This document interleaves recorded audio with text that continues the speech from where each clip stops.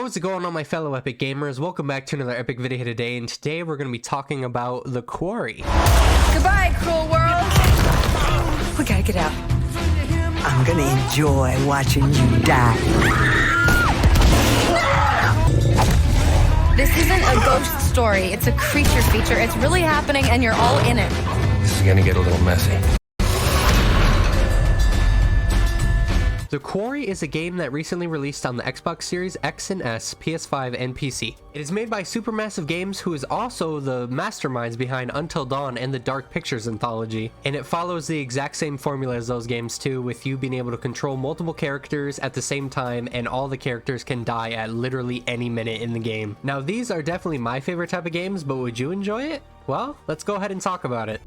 Let's go this way.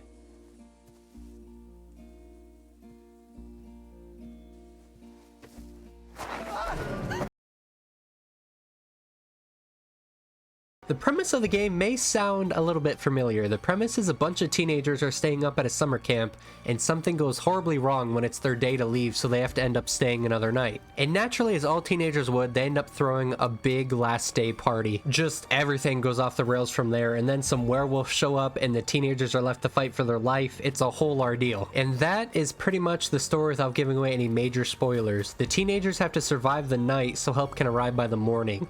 Does that sound familiar at all? Yeah, it's basically the same premise as Until Dawn, but that's okay because it was interesting in Until Dawn and it's interesting in the Quarry. Something I did notice though is that the game kind of has a bit of a pacing issue really early on. Like, there is a little bit of action in like the intro to the game, but then it's just 3 hours of kind of walking around and talking to characters after that. But honestly, that is okay because the characters in this game are really good and they carry all the dull moments.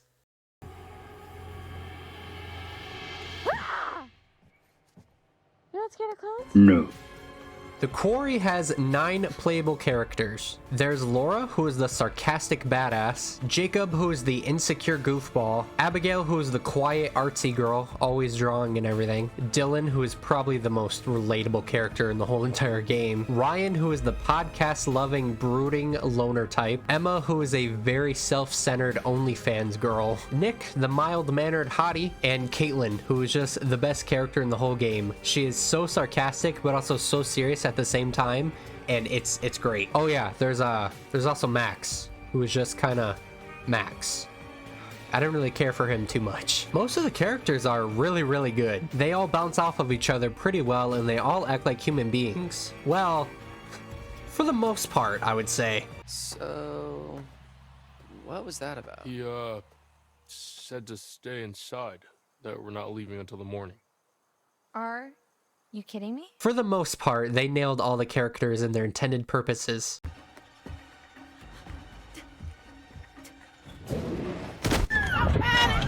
He needs some milk!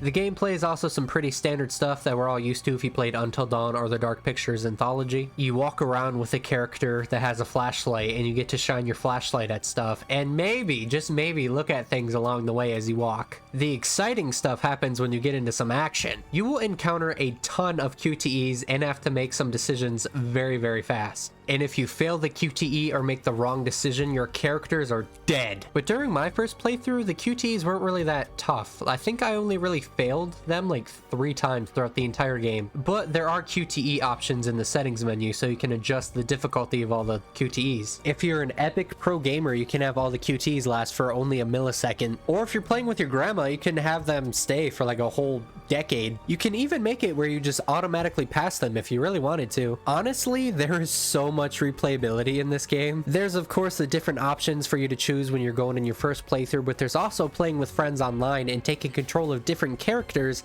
and seeing and doing things that you wouldn't see in the original single player game. There's also movie mode, which is really dope. You can choose for everyone to live, die, or you can just set all the characters' attributes from the director's chair, which is dope. You can literally pick any character you want and make them super calm and rational under pressure, or pick another character and make them freak out under pressure, or just everything in between. It is great. I love it. It is honestly really fun playing God and just seeing how everyone would do with their given characteristics. So, would I recommend you buy the Quarry?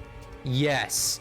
Yes, I definitely would. Yes. I would give the Quarry a solid 9 out of 10. I really enjoyed this game. I literally beat it in one setting, and I haven't done that in years. I can like barely play a game for an hour nowadays, let alone a whole ass 7-hour game. But thank you guys all so much for watching. Hope you guys all learned something from this video, and I was able to help you decide if you wanted to buy this game or not, which you totally should. Make sure to leave a like if you enjoyed, as well as also subscribing and turning on the bell so you get notified every single time I post a video. And I will see all you beautiful people later.